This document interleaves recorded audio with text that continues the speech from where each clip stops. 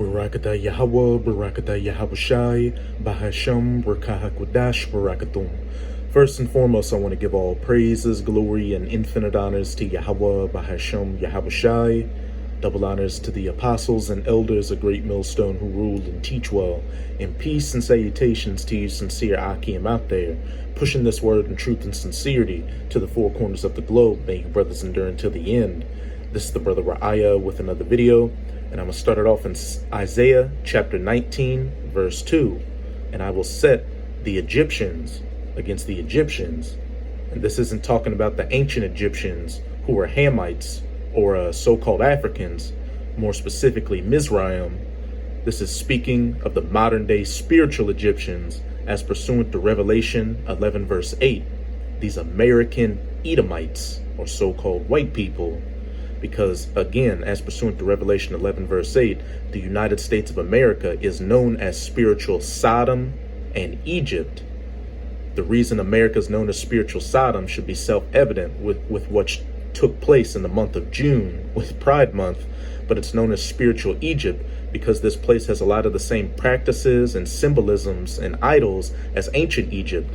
You've got a place called Memphis, Tennessee, which has a pyramid in it. You've got that pyramid over in Las Vegas. Bread and beer, which were big staples in ancient Egypt, are big staples in this society. Women had a form of birth control and deleting children in ancient Egypt. Getting your hair lined up was another practice. And just look at the back of your $1 bill with the pyramid with the all-seeing eye on top of it, as well as the Washington Monument, which is an obelisk.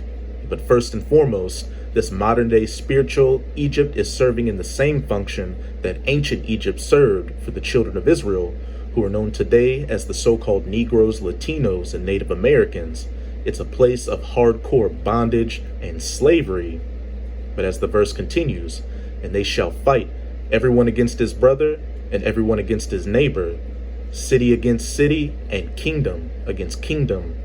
There will be a second civil war in the United States of America, and with each passing day, more and more articles are coming out with new polls showing that Americans are more divided than ever on many issues, and a lot of Americans are starting to say that, hey, maybe taking up arms against the government would be the best thing to restore the republic. And that's what I'll be going into with this video, with an article from thehill.com titled, "Nearly 1 in 3 Americans say it may soon be necessary to take up arms against the government. And I will set the Egyptians against the Egyptians," these average, everyday Edomite Americans against the Edomites in the government, as well as Republican or conservative Edomites against liberal or Democratic Edomites, etc., etc. And as it says in Mark chapter 3, verses 24 to 25, "And if a kingdom be divided against itself, that kingdom cannot stand. And the kingdom of the United States of America is divided on damn near every issue you can think about, on politics, religion, sex, gender, generationally, class, etc., etc. And it will fall.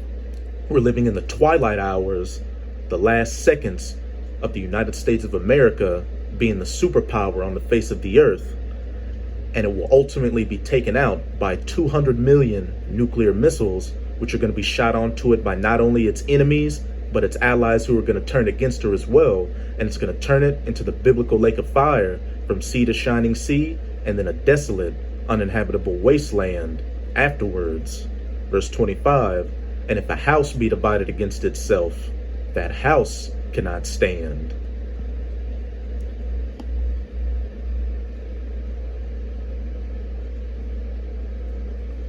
A majority of Americans say the U.S. government is corrupt, and almost a third say it may soon be necessary to take up arms against it, according to a new poll from the University of Chicago's Institute of Politics.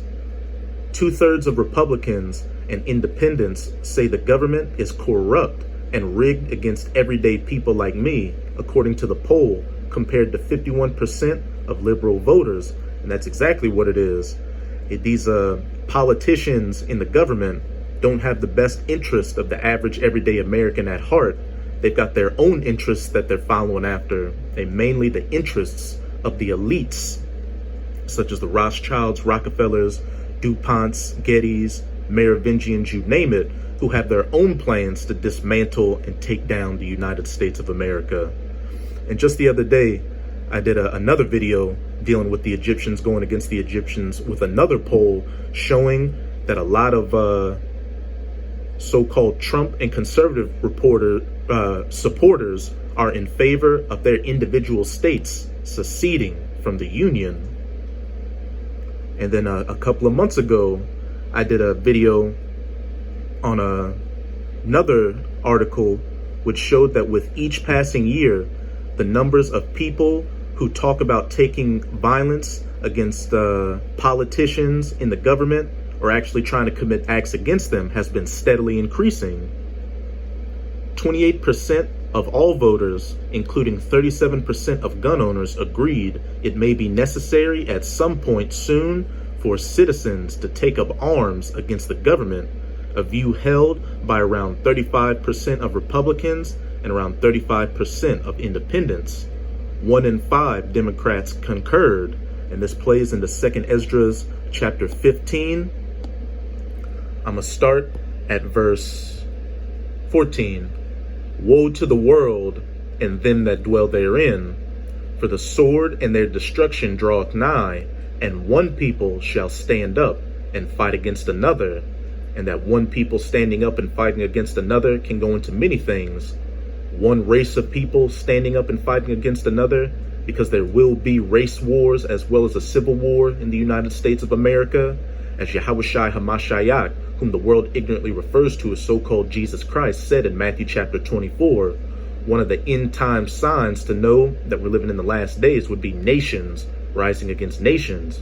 But hey, one political class of people fighting against another, Republicans or conservatives versus liberals or Democrats, one class of people against another, rich versus poor, and one group of people like the average everyday Americans trying to get by against those in the government who they see aren't for their best interests, and swords in their hands.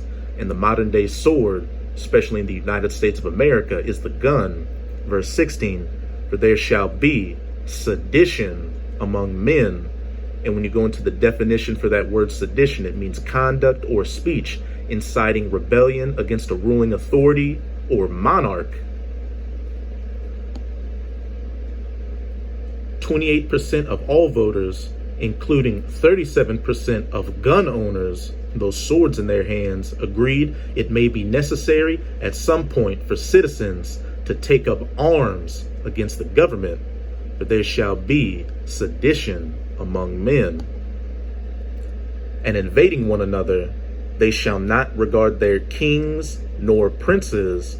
And your modern day kings and princes are these people in the government: mayors, governors, senators, presidents, prime ministers, as well as those that uphold the system like the police or the military. It says they shall not regard their kings nor princes, and the course of their actions shall stand in their power. And I shall set the Egyptians against the Egyptians. These Edomites starting to take up arms and go against their fellow Edomite brothers, and especially those in the government who they see don't have their best interests at heart. There's about to be a lot of blood flowing through the streets of the United States of America.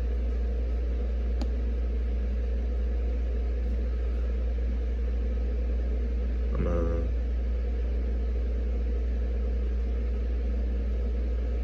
skip these paragraphs and go here. The division between conservatives and liberals across the country is only growing, the poll shows, and a quarter of Americans say they have lost friends over politics. Going back to Mark chapter 3, verse 25, and if a house be divided against itself, that house cannot stand. And that's just going into the race or the nation of these Edomites.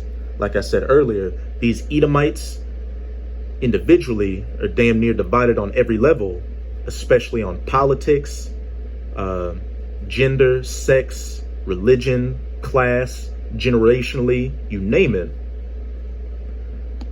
And as it just said, and a quarter of Americans say they have lost friends over politics. And in the scriptures, it states that friends shall fight one against another like enemies. This is 2 Esdras chapter 6, verse 24. And at that time shall friends fight one against another like enemies. And one of the main reasons being during a civil war, and I will set the Egyptians against the Egyptians, brother shall fight against brother, and the earth shall stand in fear with those that dwell therein. The springs of the fountains shall stand still, and in 3 hours they shall not run.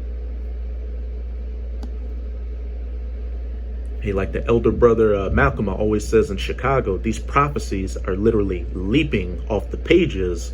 We truly are living in the last seconds of the last days, the last seconds of the rulership of these heathen nations, chiefly of the Edomites, before the ushering in of the kingdom of heaven under the children of Israel, which will last for eternity. More than 70% of Republicans and more than 70% of Democrats both agree the other side are generally bullies who want to impose their political beliefs on those who disagree. If a kingdom be divided against itself, that kingdom cannot stand. And half of all Americans believe the other side is misinformed about politics because of where they get their information and news, the poll found. So this article. But again, we can clearly see that these end times prophecies are taking place right before our very eyes. So like we always tell you, sincere Akim and Aquath out there, now more than ever is not the time to be lackadaisical or lukewarm in this truth.